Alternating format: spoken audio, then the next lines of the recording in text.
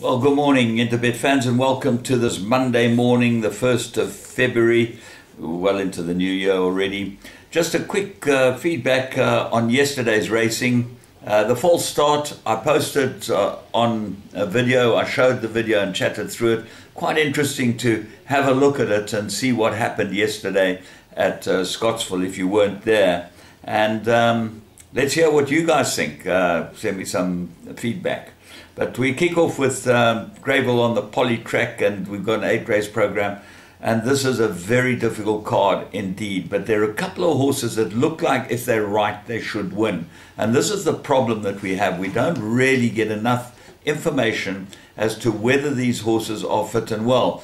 As you saw, a horse that won the last race yesterday, Gareth van Zyl's horse, he said, we'll need the run. Well, it's not really fair if the horse goes and wins, because I know it wasn't fancied, but the one friend of mine had it in the pick six and read Gareth's comments and took it out the pick six. He had 30% of the pick six, which is quite difficult to stomach, because that doesn't add to the aura and the excitement and the knowledge that punters need to have, because for this game to sustain and for racing to sustain, we've got to give good information. And I have some ideas on how to do it, and hopefully this week we'll be sitting down with some sponsors and see if we can put together something that's really going to improve racing as far as transparency is concerned, because I think that's where we need to really catch up and catch a wake up as far as this industry is concerned. So let's kick off with the first race. And when I tell you about some of these horses, I'll say to you, because we don't know, okay, because there are a number of horses here that we don't know whether they're right, whether they're ready to be able to win or not. Maiden Plate, 1100 meters on the Poly track, as you know. And Vino's boy looks like he's ready. Looks like he needed his last run. So I'd ignore that completely. The 1,000 too sharp for him. It's quite interesting looking at the nation's horses with the jockeys. It's very difficult to find whether he fancies them or not, because he always seems to put decent jockeys on. So Randolph gets a chance this time, but I think this is the best horse in the race, and I think he should be able to win it. Duchess of Cornwall very close to him, but she drawn 10, and that was what was against her. I thought Vino's boy drawn 2 might be the right horse. Now there are a couple of others that have got chances. Quies Var, from the Dennis Bosch stable, number 5. Improve, I don't know. He's been away for 4 months. He hasn't run for 4 months. He come from Cape Town. No comment. We don't know anything about him. Guy Fox, he might improve. I've been watching him. Cleto gets the blinkers taken off. So they look like the others that have got some sort of chance. Race 2, 1400 meter maiden plate. And I like number 1, Spicy Hot. Now, here's a typical example. It had its first run a couple of weeks ago, and it seemed to run pretty one-paced. I think the 1400 will suit Spicy Hot, and I expect this to improve nicely. Gets to Mellow, which is a big plus, drawn 1, lots to like about it. So what else is there? The stable companion, Polynesis, comes off a rest, blinkers are on it, so if it comes off a rest and you don't think it's ready, you wouldn't put the blinkers on. So maybe the blinkers are the key, that it is fancied.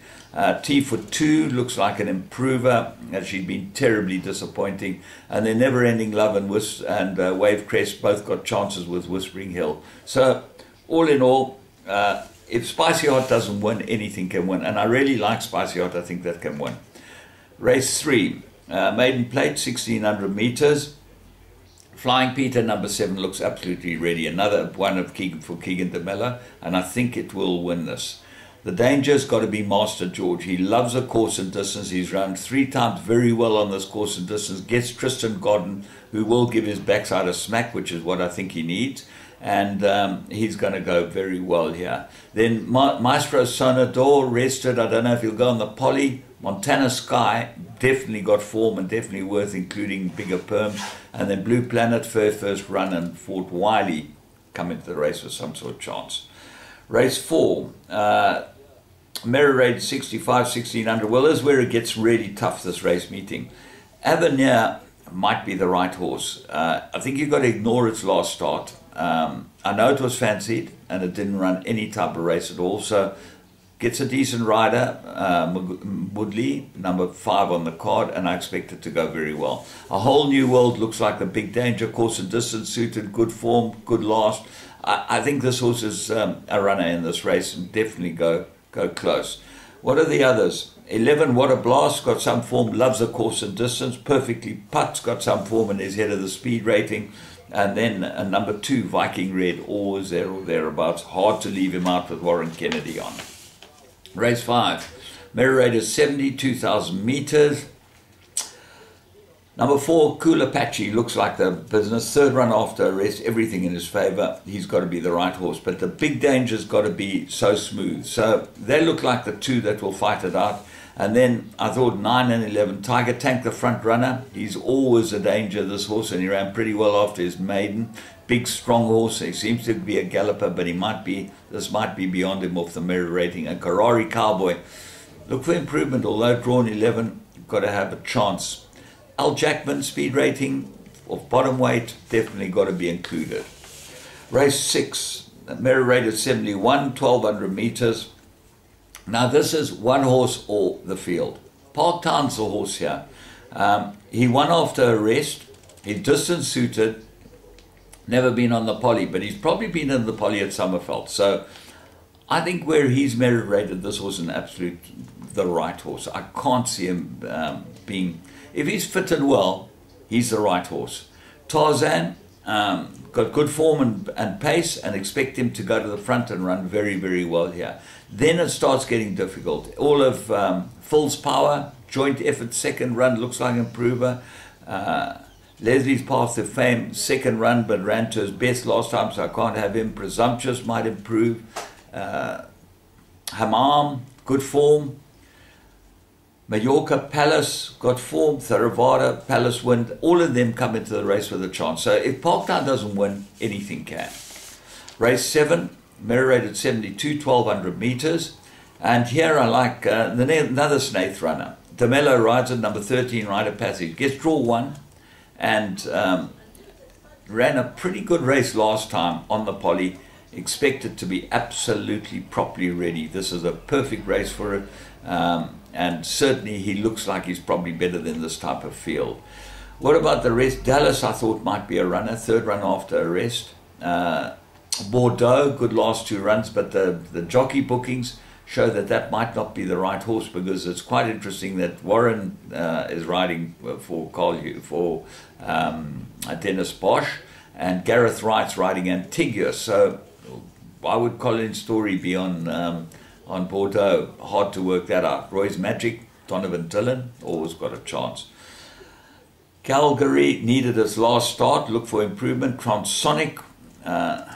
This horse used to be with the Kennedy Bosch combination, and now with Dennis Bosch. I think this will run well. White Cedar shows pace.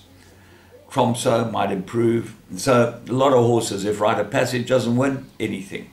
Race 8. Fillies and Mares, 64, 1,400 meters. I make it a 3-corner contest. Warren Kennedy on Rachel looks like the one. We've been following her. We've got to stick with her. She's got to go very, very close here. Color of Light, loves the Poly, going the extra. I think this will suit Color of Light, and Tristan Godden might be able to do a job on her. She hopefully will run on from off them on the outside. And then the 3rd horse I thought might go in is an 8-to-1 shot, Mambo Lyric. Colin Story for Cliffy Miller. I think this will go well. The favorite, Capraccia, was my 4th choice. So, all in all, as you've seen, it's one of those cards, but if it falls into place, if everything falls into place, there's really good money to be made here. And I've tried to give you the ideas that I have and the way I've studied the form, but there are many question marks about the horses that I really like in each race. But I have picked out what I think are the best horses in each race. I hope this helps you, and I hope you have a very good Monday. Please remember to play the Interbet games, or get an Interbet account if you haven't got one. Very easy to do. Gary Pierre at Interbet, or Barry Myerson, they'll help you, no problem at all.